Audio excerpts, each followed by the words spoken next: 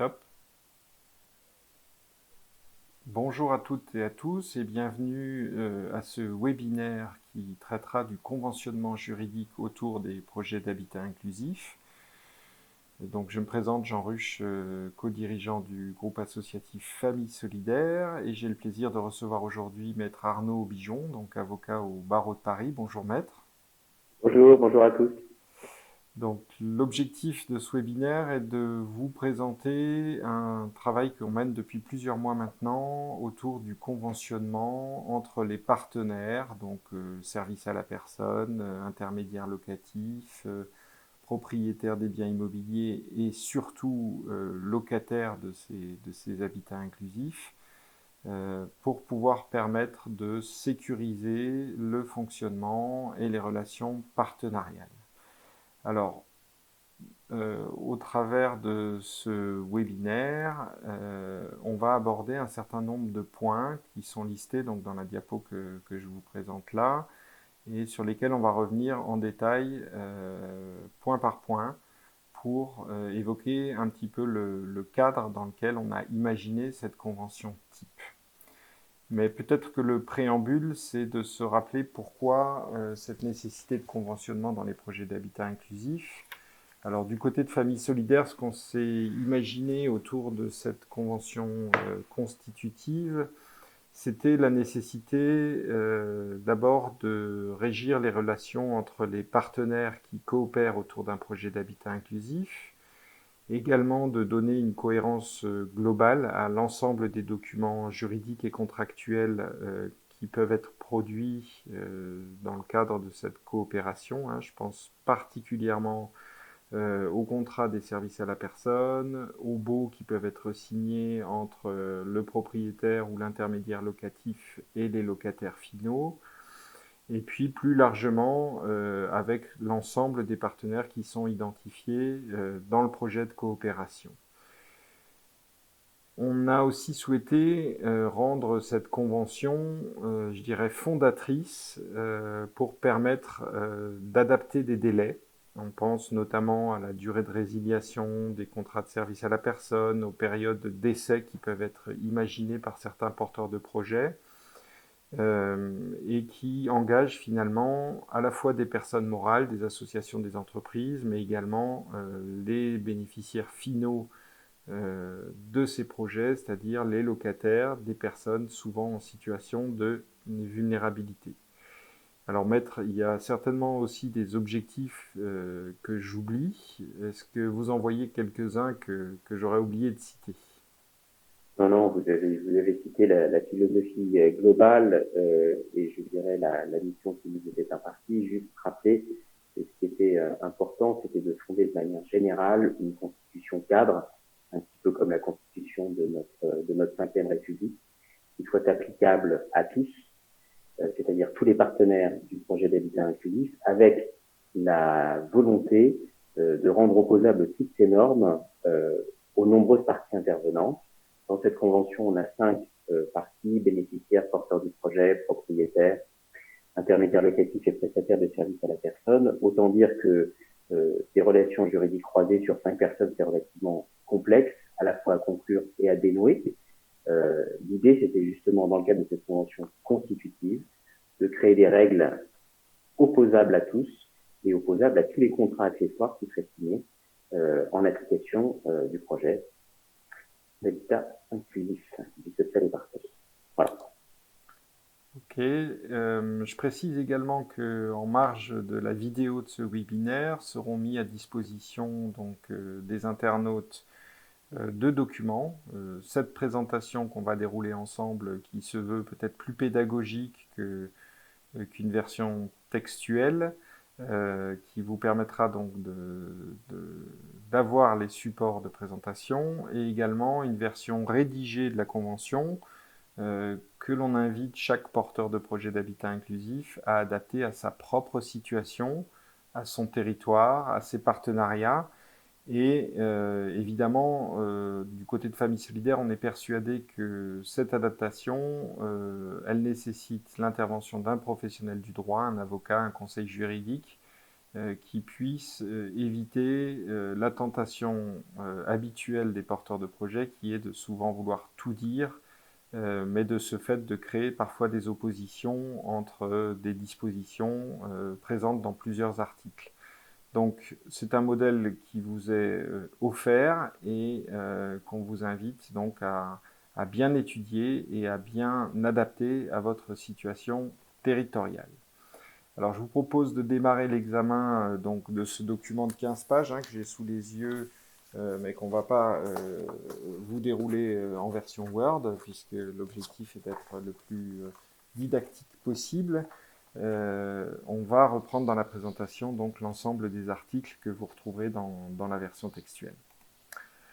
Alors, la convention démarre en page 1 par les sous-signés. Ça sert à quoi précisément, Maître Bijoux? Alors, classique dans un contrat, l'identification des personnes qui sont responsables, de manière à rendre obligatoire l'ensemble des stipulations du contrat, avec une particularité chez nous qui est que certains bénéficiaires sont des personnes qui sont vulnérables, qui nécessitent une protection, tutelle, curatelle ou sauvegarde de justice. Donc l'identification pour ces personnes-là, bénéficiaires, personnes physiques à protéger, de ceux qui les représentent légalement, avec la source juridique, jugement de désignation qui permet de savoir qui peut signer pour le compte du bénéficiaire ou le bénéficiaire lui-même avec les identifications classiques des personnes physiques sur son état civil, nom, prénom, profession, domicile, date et lieu de naissance, notamment.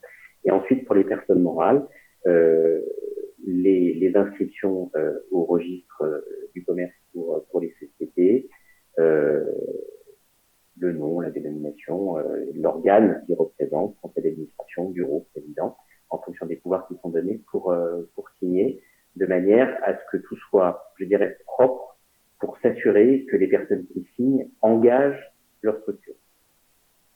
Ok, c'est très clair.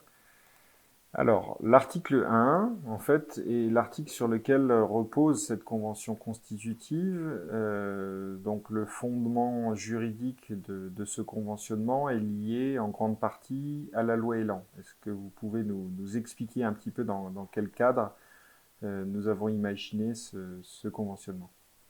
Le dispositif de la loi Elan part d'une idée extrêmement protectrice de création et d'encadrement de l'habitat inclusif, principalement au niveau de ses principes, qui est l'objectif du législateur et qui est disposition réglementaire L281-2 et D281-2 et suivant, mais le cadre est relativement court en termes d'obligation des parties, notamment toutes les parties intervenantes. C'est pour ça qu'on rappelle la philosophie législative et qu'on renvoie à une application dans la Convention des différentes obligations à la charge des parties contractantes. Oui, c'est un peu la particularité des projets que Famille Solidaire soutient, et notamment dans le cadre de l'appel à projet Lâche pas, puisque l'idée c'est que ce soit des aidants familiaux qui puissent être initiateurs de ce type de projet, d'où ce positionnement qui est assez particulier dans notre secteur. Alors, je vous propose de conclure. Avec juste un point, si vous me permettez, qui est dans un environnement qui est quand même nécessite une professionnalisation, puisque par principe et par nature, le bénéficiaire n'est pas un professionnel du droit ou des engagements juridiques, donc il est aidé par le porteur de projet, qui a une démarche professionnalisante, je dirais, avec l'ensemble des partenaires qui, eux, sont des structures, je pense aux services, aux prestataires de services, qui, elles, ont des compétences pour traiter de ces problèmes-là. Donc, la nécessité de définir un cadre préétabli permet de mieux discuter vis-à-vis de ces professionnels des obligations de la Convention constitutive. Entendu.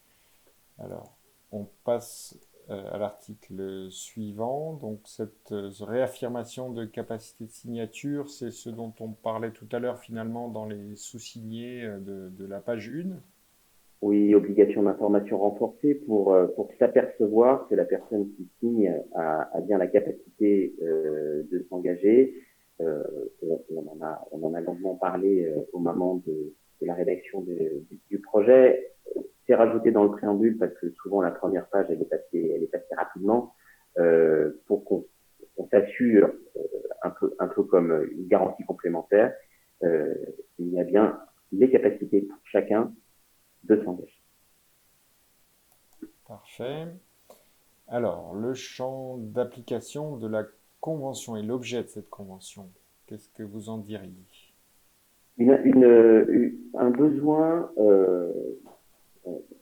j'en ai parlé très rapidement en ce point introductif, un besoin d'identifier de manière générale, comme des conditions générales, mais qui bénéficient aux bénéficiaires, aux locataires ou aux locataires, un cadre opposable à tous les autres partenaires.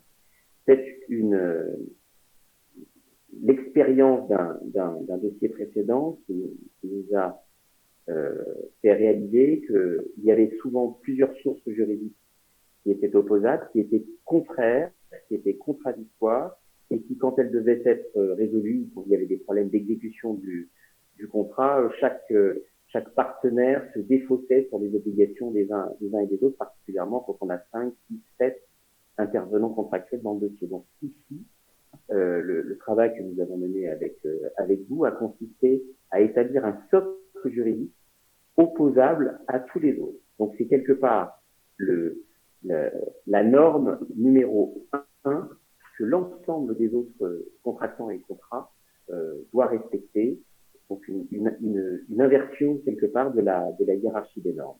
Donc tout ce qui est dans ce contrat cadre doit être respecté par tous les intervenants qui eux-mêmes, soit en le signant, soit en signant les actes accessoires qui rappellent que ce contrat est le principe, constitue les principales obligations respectées, s'engagent sur ce cadre-là qui doit être respecté. C'est aussi une mesure de simplification et de sécurisation juridique, puisqu'on a dans ce socle les principales obligations respectées par tous.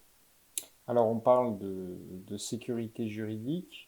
C'est important dans la philosophie globale du projet de conventionner. Qu'est-ce qui se passe globalement lorsqu'on ne le fait pas ou lorsqu'on le fait mal?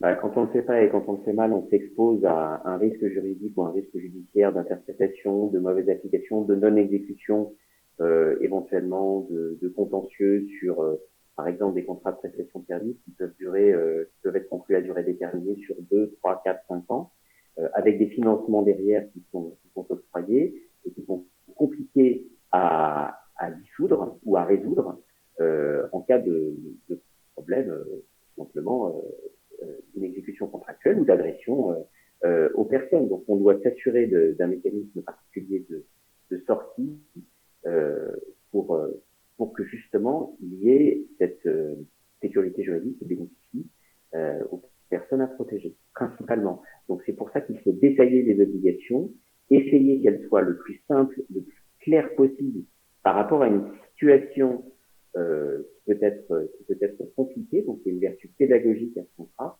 qui permet, s'il est bien adapté à la situation donnée, d'avoir une exécution facile des obligations contractuelles et vous n'aurez pas des services juridiques qui vont vous faire des tonnes je dirais, de consultations juridiques sur l'interprétation d'un article ou une non-conformité avec un autre contrat.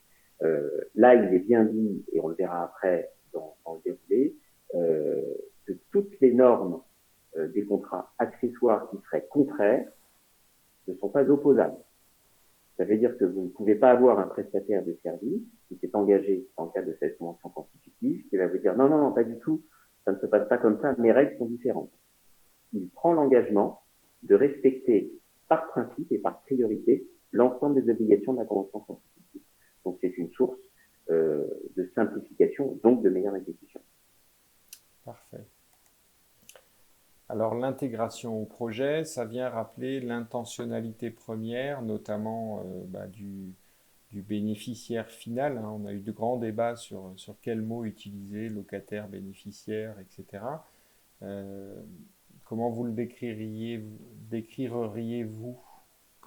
La volonté de donner aux bénéficiaires, donc à la personne à protéger qui bénéficie du logement, qui bénéficie aussi des services et du projet d'habitat inclusif, la volonté de l'impliquer mais plus que ça, c'est-à-dire de s'assurer de son implication. C'est donc un acte positif de sa part, d'engagement au sein de sa part et de la part de ses proches, hein, bien évidemment, d'engagement au sein du projet. C'est pour ça qu'on a parlé d'intégration. On ne bénéficie pas que d'un logement. On bénéficie de tous les services qui sont accessoires à ce logement, qui est évidemment la chose principale. Et on bénéficie aussi de la qualité des services des intervenants, principalement du porteur de projet, qui ne se limite pas à s'assurer qu'il y a un logement qui est mis à disposition. Voilà, il y a un projet qui est cohérent, il y a un équilibre, il y a une volonté principalement tournée autour de la protection de la personne. Et ça, il ne faut pas l'oublier. Voilà. C'était pour ça qu'on a absolument voulu ajouter cet article sur l'intégration au projet. Ok, très clair. Alors, on en arrive à l'article 3.2 sur l'entrée et le maintien dans le logement. Comment le résumer de façon didactique?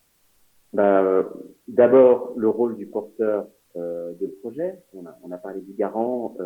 On pourrait dire aussi qu'il met en œuvre. C'est de la maîtrise d'œuvre en fait, puisqu'il gère tous les intervenants dans ce dossier. Donc, lui doit avoir la vision sur l'ensemble du contrat. Donc, il a un rôle fondateur au sein de cette convention constitutive et il doit valider, agréer l'ensemble des engagements. On ne peut être garant que de projets qu'on a préalablement validés. C'est pour ça qu'on a parlé d'agrément sur ce premier alinéa. On a aussi, si on va plus loin dans cet article 3.2, mis des garde-fous au moment de la constitution avec des délais de prévenance qui sont particuliers de 45 jours plus 45 jours pour permettre aussi, après la conclusion du partenariat, enfin de la convention fondatrice, de s'assurer que, je dirais, le bénéficiaire est bien dans son projet et qu'il est bien entouré de manière à construire un partenariat sur la durée. Oui, c'est une situation qu'on rencontre souvent dans les projets d'habitat inclusif où des locataires peuvent avoir eu la volonté d'intégrer le projet mais ne s'y retrouvent pas et parfois même peuvent mettre en difficulté l'ensemble je dirais l'ensemble des autres habitants, que ce soit dans de l'habitat regroupé ou dans de la colocation. Et donc cette modalité, elle vise avant tout à permettre à chacun d'avoir ce délai pour valider si le projet est effectivement viable ou pas, avec aussi une spécificité qui est de dire on n'est pas juste là pour accueillir des gens, on est aussi là pour aider si cette disposition venait à devenir difficile, à trouver d'autres solutions. C'est pas simplement dire le contrat est rompu, débrouillez-vous. Enfin, c'est comme ça en tout Oui, cas oui, tout à que je fait. l'ai compris. Il y a des solutions de sauvegarde et de continuité.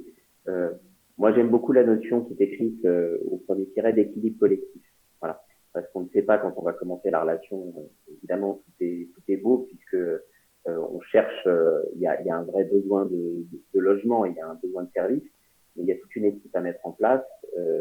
Et en fonction de la personnalité des uns et des autres, on ne sait pas si la mayonnaise prend aussi facilement que ça. Donc, c'est vraiment cet équilibre qui est important à trouver entre les différents intervenants et voilà, on a des garde-fous pour pouvoir s'assurer de ça et que le porteur de projet, lui, soit en mesure d'orienter ou de réorienter euh, le projet. Entendu. Alors, donc on reparle de cette période de 45 jours. Donc évidemment, il y a toujours des droits et des obligations, et c'est une obligation qui est, entre guillemets, supralégale. Qu'est-ce que ça veut dire? Oui, oui, bah, ça veut dire qu'on prend un engagement contractuel. Euh, la difficulté, c'est celle de la qualification juridique dans un document cadre comme celui-là, parce qu'en fonction de la nature qui sera prise dans le contrat qui va constituer le titre locatif, les obligations de préavis seront opposables ou pas. Les dispositions de la loi de 89 sur l'habitat, donc il y a un bail classique, ne sont pas les mêmes que si on est en sous-location, ne sont pas les mêmes que si on est dans le cadre d'une mise à disposition gratuite ou d'un prêt, d'un commodat. Donc l'idée, c'était contractuellement de s'engager sur un délai qui soit opposable, bien évidemment, si l'ordre public lié à tel contrat et au délai de préavis de tel contrat impose un délai plus court ou plus long, c'est celui-là qui sera appliqué. Mais c'est vraiment pour fixer un cadre général applicable à tous dans des relations sous un privé. Entendu. Alors, on en vient à cette disposition, si jamais cette mayonnaise, comme vous le disiez, ne prend pas, il y a un engagement du porteur de projet de chercher avec le locataire, s'il le souhaite, une solution durable en remplacement de la solution d'habitat inclusif que le porteur de projet porte. Ouais. C'était... Ça c'est principal enfin, je dirais que c'est l'engagement du porteur de projet de pouvoir aller plus loin qu'un premier échec. Alors, la sécurité dans tout ça, c'est évidemment ce qui amène souvent les porteurs de projets à se questionner sur, je dirais, le maintien dans les lieux d'une personne. Ça recouvre quoi ce terme sécurité? Ça recouvre toutes les atteintes aux personnes, qu'elles soient physiques ou morales, qui pourraient être rencontrées, ou tous les abus, je dirais, d'utilisation par des personnes extérieures à cette relation ou des préposés pardon des différents intervenants qui abuseraient de personnes vulnérables, qui viendrait par exemple accoucher dans les lieux ou avoir une position un peu dominante sur ces personnes à protéger. Donc là, il faut absolument garantir cette sécurité des personnes et s'assurer que l'ensemble des intervenants respectent l'obligation de sécurité. C'est aussi la raison pour laquelle on a prévu des réunions mensuelles tous les 3 mois et tous les ans pour s'assurer qu'il n'y ait pas de difficultés particulières sur une population qui a parfois du mal à s'exprimer. Voilà. Donc, je dirais que c'est là encore la médiation du porteur de projet qui va pouvoir, la médiation ou l'intermédiation du porteur de projet vis-à-vis des personnes intéressées à une éventuelle difficulté qui va être essentielle pour la résolution de tous les problèmes. Mais vraiment, l'objectif, c'est la sécurité des personnes, pas d'atteinte aux personnes, pas d'atteinte non plus à leurs biens. Ça, je dirais, c'est plus ancillaire, mais on doit s'assurer de ça. Voilà. Et on a mis en place un peu plus loin dans le contrat des garde-fous pour pouvoir mettre un terme au partenariat en cas de difficulté aux personnes.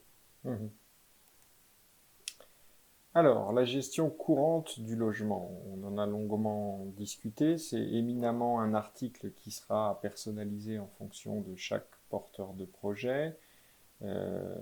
L'objectif de cet article pour vous, si on devait le synthétiser?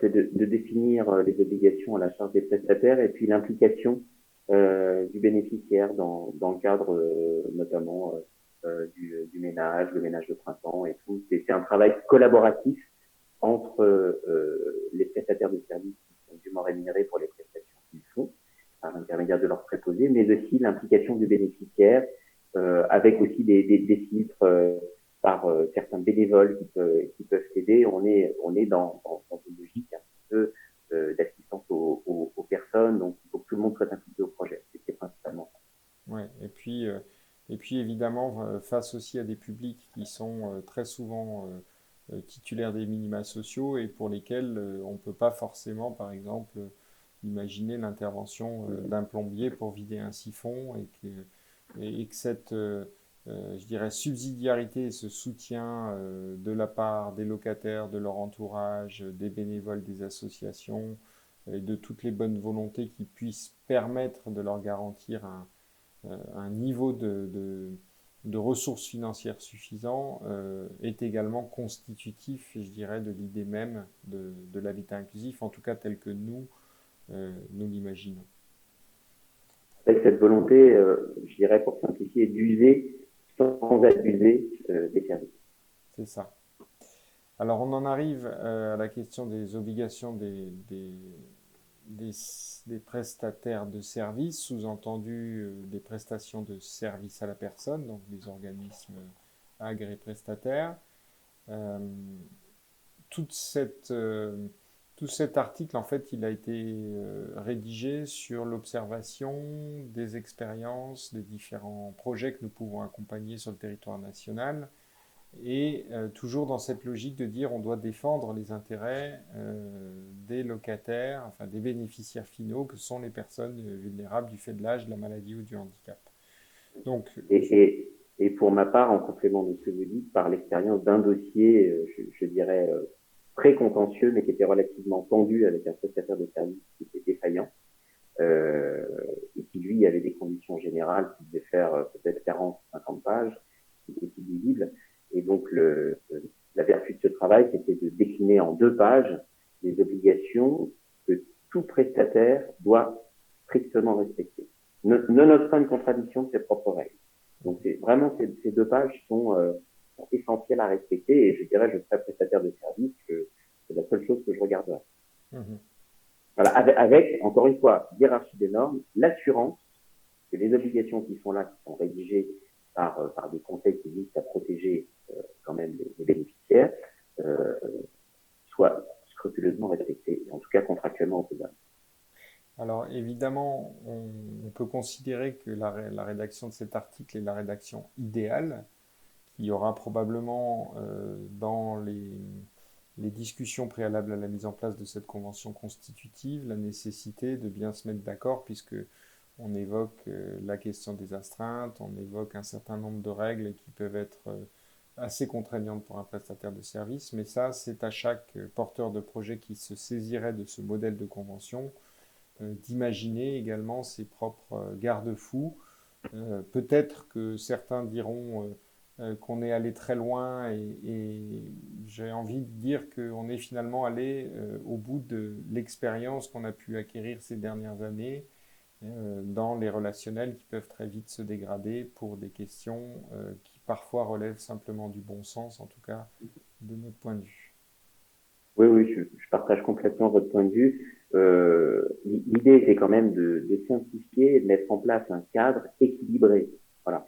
On aurait pu tirer les choses dans un sens. Bon, on est sur de l'obligation juridique loyale entre partenaires euh, compétents, mais qui connaissent aussi leur métier. Demander un retour d'information sur ce qui se passe au sein du foyer, c'est pas non plus extrêmement choquant. Voilà.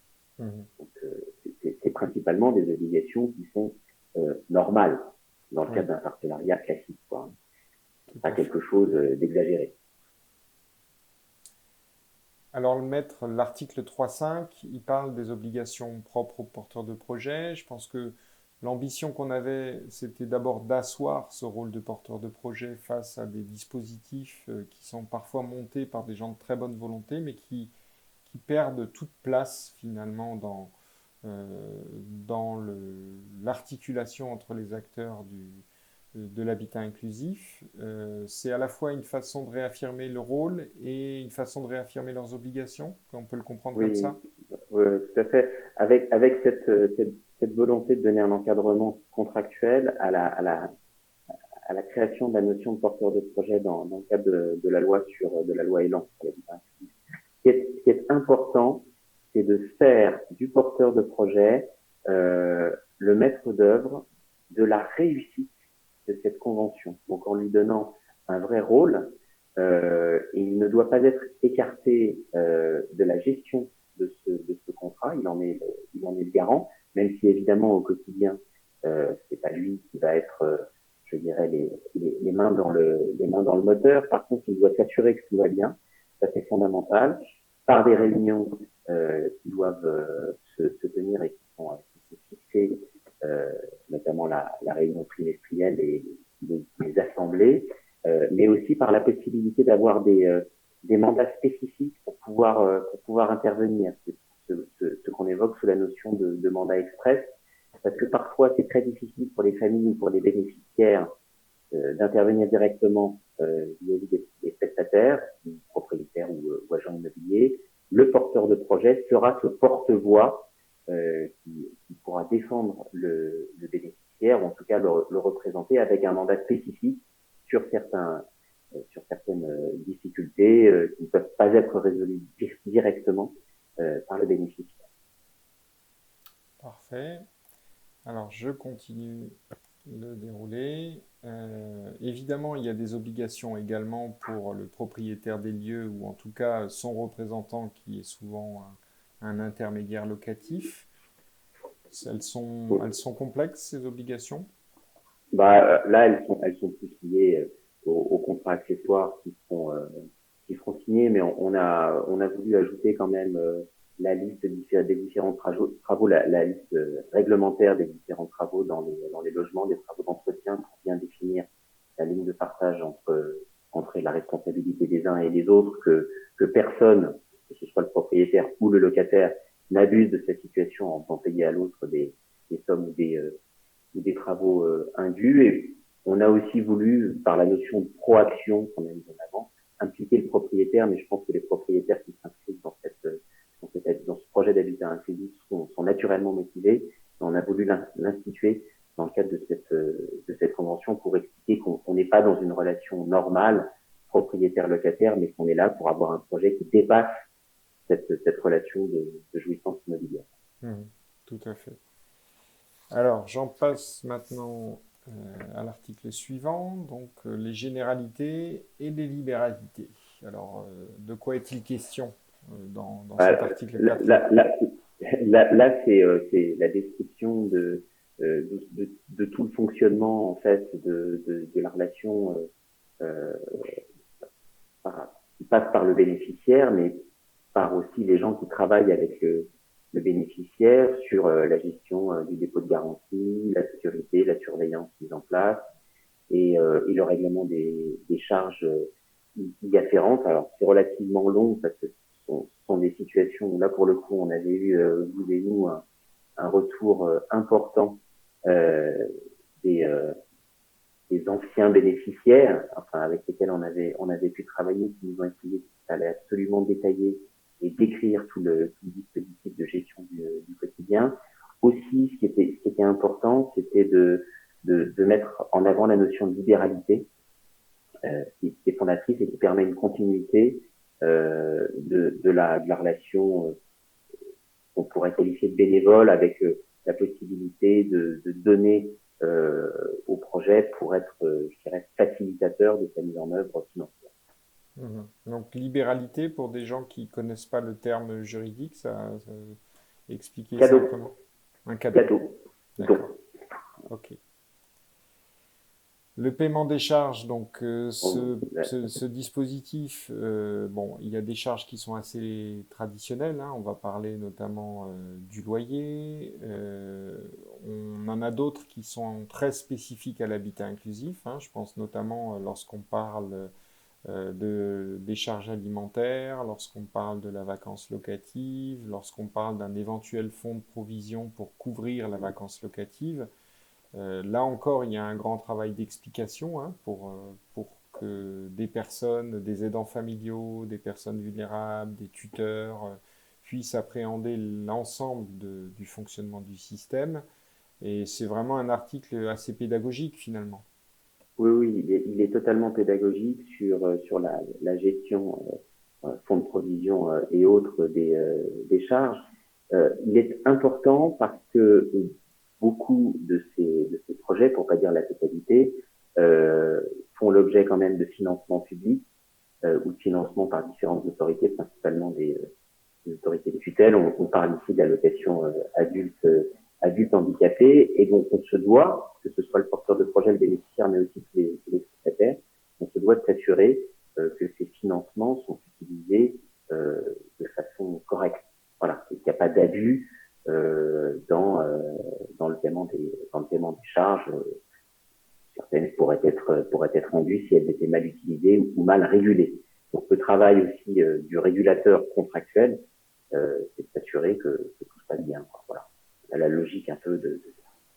Ouais. Et là encore, c'est un modèle de convention qui est basé sur nos propres pratiques, mais qui peut évidemment être adapté ensuite à chaque porteur de projet en fonction de ses propres contraintes. L'idée était avant tout de vous sensibiliser à cette question de charges qui sont un petit peu, entre guillemets, exceptionnelles. Alors, l'article 4.3, en fait, on va bientôt arriver sur cette question de la responsabilité civile ou en tout cas on va dire, de dommages qu'on pourrait créer au bien d'autrui ou à autrui. C'est comme ça qu'on pourrait le présenter. Oui, oui, bah, on est responsable de son fait ou du fait des personnes qu'on a sous sa charge. C'est le grand principe du code civil. Donc, évidemment, s'il y a du matériel qui est cassé ou abîmé, il y a une obligation de réparation. Et c'est aussi pour ça que le fonds de provision est utilisé et constitué. Ce qui est important, c'est qu'on a voulu créer une continuité et donc un principe de solidarité entre les locataires qui a été introduit de manière aussi quelque part à garantir le propriétaire et l'intermédiaire locatif euh, du sérieux des engagements des intervenants. Mmh. Voilà. Qui ne fait pas l'impression que tout se passera dans des conditions, je dirais, hors contrôle. Voilà. Mmh. Donc, il y a évidemment un contrôle qui est un contrôle contractuel et une responsabilité dans le remplacement du matériel cassé ou usé. Ça peut arriver chez n'importe qui. Euh, Ça peut arriver aussi sur des personnes vulnérables dans des moments délicats de leur existence qui ne sont pas forcément écartés. Donc, on se doit d'anticiper cette situation, particulièrement dans notre cas de figure. Mmh. Ok, alors je passe sur l'article 4.4. Donc ça, c'est davantage la question de délégation de moyens de paiement. Oui, oui, gestion par le prestataire de service des courses avec obligation de rendre compte. Oui, puisque d'expérience sur les projets d'habitat inclusif, on peut parfois avoir de grandes surprises Oui, en examinant la liste des courses et se rendre compte que des personnes enfin, mal intentionnées peuvent aussi profiter, je dirais, des moyens des locataires. L'article 5 est un article qui vise, je dirais, à pallier à une source fréquente de conflits au sein des projets d'habitat inclusif, qui est à qui appartient le projet et qui a le droit de communiquer. Donc, ce qu'on avait échangé au moment de la rédaction de cet article, c'était sur la nécessité peut-être de l'instituer au sein de la convention et de l'instituer d'une façon précise en disant bah, si nous communiquons dans nos réseaux respectifs auprès des médias avec lesquels nous avons des accointances, bah, peut-être qu'on peut se mettre d'accord sur une façon de communiquer. Évidemment, c'est une partie de cet article-là. L'autre partie, c'est la protection du droit à l'image des salariés, des locataires. oui, oui, on vit aujourd'hui dans un monde hyper connecté. Euh, D'ailleurs, on en est la preuve par ce webinaire, avec une gestion de l'image et de la communication qui peut vite être mal maîtrisée et mal contrôlée. Donc, on a mis un garde-fou qui est relativement clair, et la personne concernée, par cette communication, doit donner son accord express, préalable et écrit. Donc, je dois être sûr de donner mon accord pour la diffusion de la communication et de l'image. Il doit être avant la diffusion et je dois avoir une preuve écrite de cet engagement. Donc, je pense qu'on peut difficilement plus je dirais, se prémunir d'une utilisation abusive. Bon, monde interconnecté, mais aussi projet sur lequel une communication est nécessaire, parce que ce sont des projets d'habitat inclusif qui ont vocation à être des réussites qui sont montrées aux uns et aux autres pour que, je dirais, les petits ruisseaux fassent des grandes rivières. Donc, c'était aussi important de gérer ce droit à l'image, à la fois dans un sens de contrôle et dans un sens dynamique d'autorisation pour mieux communiquer, pour valoriser d'autres projets. Mmh. Et ben, j'aimerais rassurer quand même les porteurs de projets, si on anticipe toutes ces questions-là, ça veut concrètement dire qu'il faut en parler lorsque les personnes entrent dans le logement, ajouter un formulaire de droit d'utilisation de l'image qui précise le cadre et qui a en général une durée de validité précise. Mais c'est pas insurmontable. La seule chose qu'il faut dans ce cadre-là éviter, c'est effectivement d'informer les gens une fois que les choses sont faites, puisque là, on n'a pas respecté leurs droits. L'accord préalable. L'accord préalable, c'est ce qui est le plus important sur la gestion de ces droits à l'image. Mm. Il faut s'assurer que la personne soit en capacité de donner cet accord. Donc la personne, si la personne est sous tutelle, par exemple, que son représentant ait donné son accord, et pas la personne vulnérable, et s'assurer que l'accord soit clair. Et dès lors que l'accord est clair, à ce moment-là, on peut diffuser l'information dès lors qu'on l'a obtenue. C'est quelque part une règle de bon sens. Mhm. Alors la responsabilité et l'assurance, c'est aussi une règle de bon père de famille, c'est comme ça qu'on le Ah oui, présente bah oui, souvent.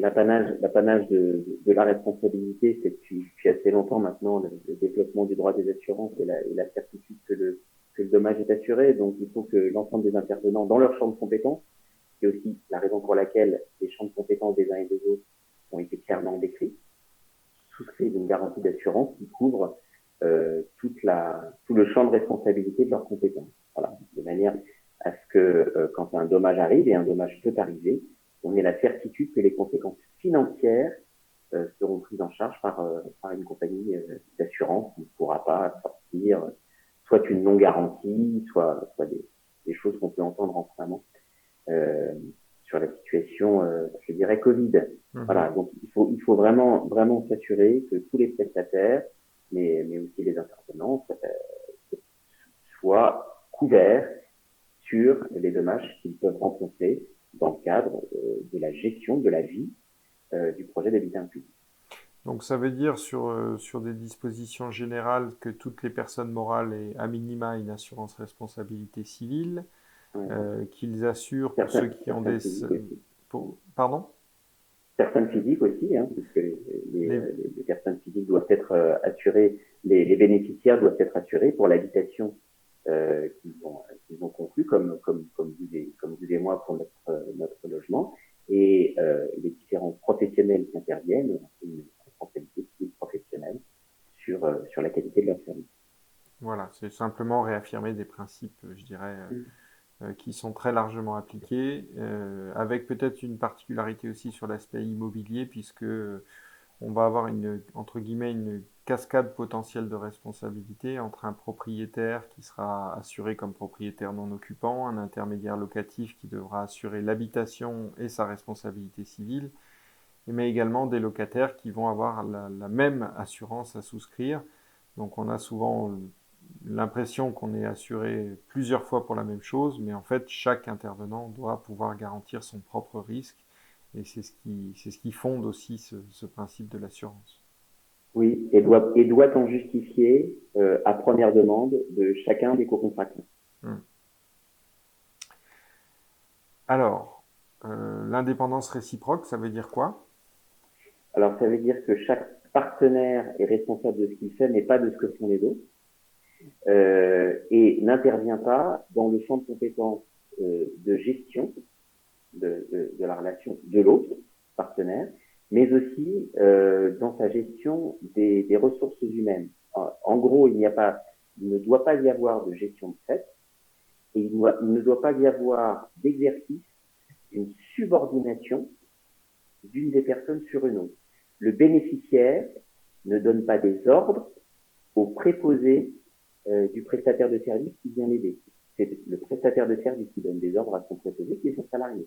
C'est tout simplement pour bien identifier les rôles des uns et des autres et surtout éviter que, par exemple, ce dit préposé du prestataire de service explique que la subordination est exercée par le bénéficiaire et donc demande la conclusion d'un contrat de travail avec ce bénéficiaire, avec toutes les conséquences juridiques et judiciaires en termes de dommages et d'intérêts, qui pourraient intervenir en cas de résolution de ce contrat. Licenciement, sans l'aide de licenciement, et patati patata. Donc c'est vraiment pour définir le champ des uns et des autres, personne morale distincte et compétente.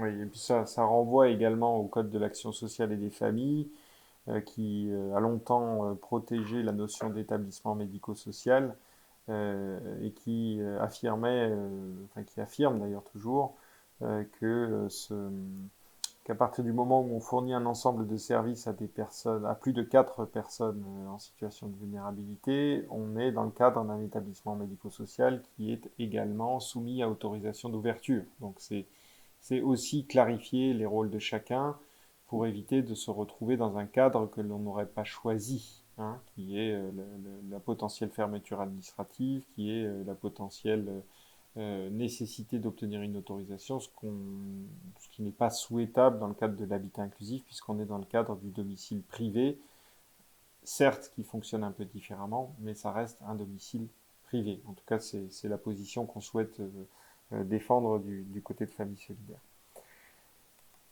Alors, ce contrat, si je le comprends bien, il n'est pas transférable sans que tout le monde soit d'accord. En fait, on a voulu, d'abord, ce contrat implique beaucoup de partenaires. Donc, il n'est pas forcément facile à conclure. Et dès lors qu'il est conclu en raison de la personne des signataires. Donc, on parle d'engagement intuitu personnel. Donc, il ne peut pas être transféré, notamment en cas d'achat d'entreprise, si le prestataire de service est vendu à une autre personne et tout ça. Il faut reconclure un nouveau contrat. Donc, il n'y a pas de transfert automatique. C'est une façon de se garantir du bon respect des engagements des personnes qui signent. En revanche, on a émis une exception qui est liée à une situation, je crois que vous aviez rencontré, enfin on en avait discuté, et c'est vrai que ça a du sens, c'est que le bénéficiaire, lui, peut, pour des raisons qui sont les siennes, quitter le logement, et c'est dommage dans ce cadre-là, dès lors qu'on a un successeur à mettre en place, de se priver de tout le travail de contractualisation qui a été fait et de se priver de la réussite du projet préalable à la départ. Donc en cas de changement de locataire, il y a une possibilité de transfert de la convention. Alors, une possibilité d'opposition parmi les parties, et en tout cas, uniquement dans ce cas de figure, il peut y avoir un transfert de du contrat au nouveau locataire. Maître Aubigeon, donc lorsque on s'est parlé, c'était suite notamment à une difficulté contractuelle entre un porteur de projet et un service à la personne, qui était dans une difficulté du fait de durée qui était contradictoire et presque irrésoluble. Alors quelle partie on a pris dans cette convention modèle? On a pris parti d'une relation de 3 ans, qui permet une première période, je dirais peut-être relativement longue, qui permet aussi d'amortir l'ensemble des investissements qui ont été faits. Et après, si elle est favorable, de partir sur des périodes de reproduction facile de 5 ans, donc un engagement, je dirais quasiment indéterminé, même si ce sont des périodes déterminées, mais relativement longues dans le temps, avec une particularité, c'est qu'à tout moment, on peut sortir, moyennant le respect d'un préavis de 6 mois. Donc, on peut sortir de la convention avec un préavis de 6 mois à tout moment. Donc si on élargit la question juridique à la question de la coopération, on dira que la convention est un outil et que la meilleure garantie de succès pour ces projets d'habitat inclusif, c'est le dialogue entre les parties et la poursuite, je dirais, dans les meilleures conditions de cette coopération. Avec la possibilité de se retourner dans le cadre d'un engagement qu'on a voulu inscrire sur la durée. Il y a la possibilité de se retourner avec un préavis de 6 mois, que ce soit dans 1 an, 2 ans ou dans 10 ans. Ouais. Alors, la résiliation anticipée, elle a 2 possibilités. C'est donc ce dont on parlait à l'instant, l'inexécution, hein. Je prends l'exemple d'un service à la personne qui aurait des manquements. Ouais, on est sur quelque chose de classique, c'est-à-dire que c'est une exécution pour faute avec une sortie anticipée du contrat. La seule obligation, c'est la mise en demeure préalable, c'est une obligation légale aujourd'hui, de mettre en demeure son co-contractant une fois que la défaillance est identifiée pour réparer cette défaillance, à défaut de quoi, à ce moment-là, le contrat peut être résilié s'il ne satisfait pas à cette mise en demeure. Et ensuite, sur la liquidation de la société ou bien un problème de décès de la personne, c'est normal. Il faut prévoir des cas de résiliation anticipée. Alors, quelles sont les conséquences du coup de cette interruption de la convention? Ah, je vais prévenir. Oui. Eh ben, la restitution de l'ensemble des biens qui avaient été les biens et services qui avaient été mis en place en faveur du locataire, enfin, du bénéficiaire dans le cadre du contrat. Et puis aussi la conséquence de l'effet de résiliation sur l'ensemble des contrats accessoires dans le respect de ce qui a été conclu. Mhm. L'idée quand même, c'est de pouvoir s'assurer par cette convention constitutive que si on la termine, pour parler simplement, l'ensemble des engagements accessoires, puisque l'accessoire suit le principal, soit terminé également. Ok, pour éviter de se trouver dans des situations de blocage et qui Oui. nécessiteraient de nombreuses consultations juridiques ou des saisines de tribunaux. Ou de persistance d'engagements qui n'auraient plus de sens. Mmh. Et qui ne seraient plus des engagements matériels ou juridiques, s'il n'y a plus, par exemple, du contrat de location, mais qui seraient des engagements financiers de maintien pendant 1 an, du coup, ou d'une indemnisation d'un service à la personne. Mmh. Alors, la suite sont des éléments très juridiques. Est-ce que rapidement vous pouvez les expliciter? C'est du classique de chez classique dans le cadre de n'importe quelle convention juridique. Quand on la modifie, il faut l'accord de la volonté de tous. On est en France, la langue du contrat est française. Les litiges sont soumis aux compétences ordinaires, sauf erreur de ma part, avec une tentative de conciliation ou une tentative de médiation. C'est tout le développement actuel légal des modes alternatifs de règlement des conflits. Une disposition qui est nulle ne rend pas forcément nul le contrat s'il n'y a pas un effet juridique substantiel sur le contrat. Et après, acceptation des parties. Oui, voilà, renonce à se valoir de tout document contradictoire. Ça c'est très important parce qu'on remet ce qu'on a dit à la fin de ce contrat sur l'acceptation des parties. Donc là, on n'est pas sur quelque chose de classique sur la fin du contrat.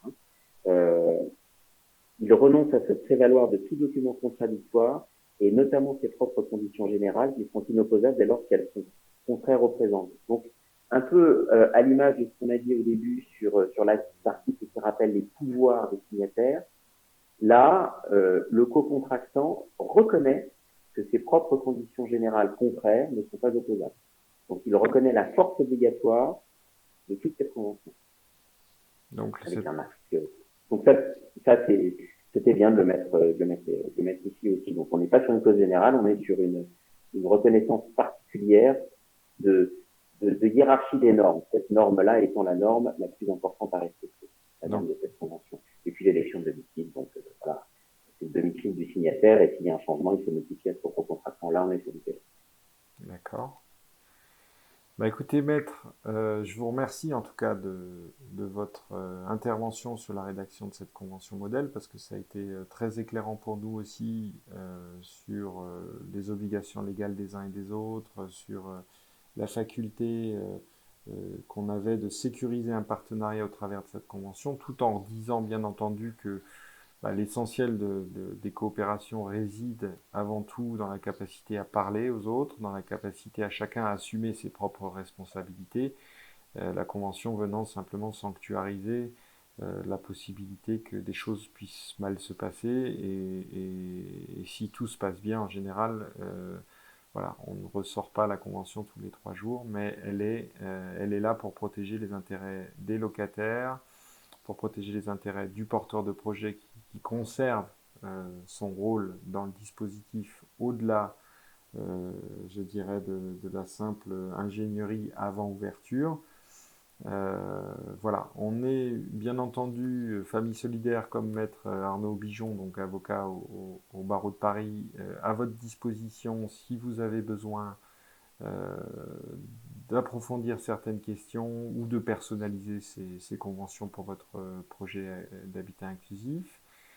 Donc merci maître, et puis je vous donne rendez-vous à vous tous internautes dans un prochain webinaire sur d'autres thématiques traitant autour de l'habitat inclusif et de l'habitat partagé et accompagné. À bientôt et merci. Merci de votre confiance. Au revoir. Au revoir.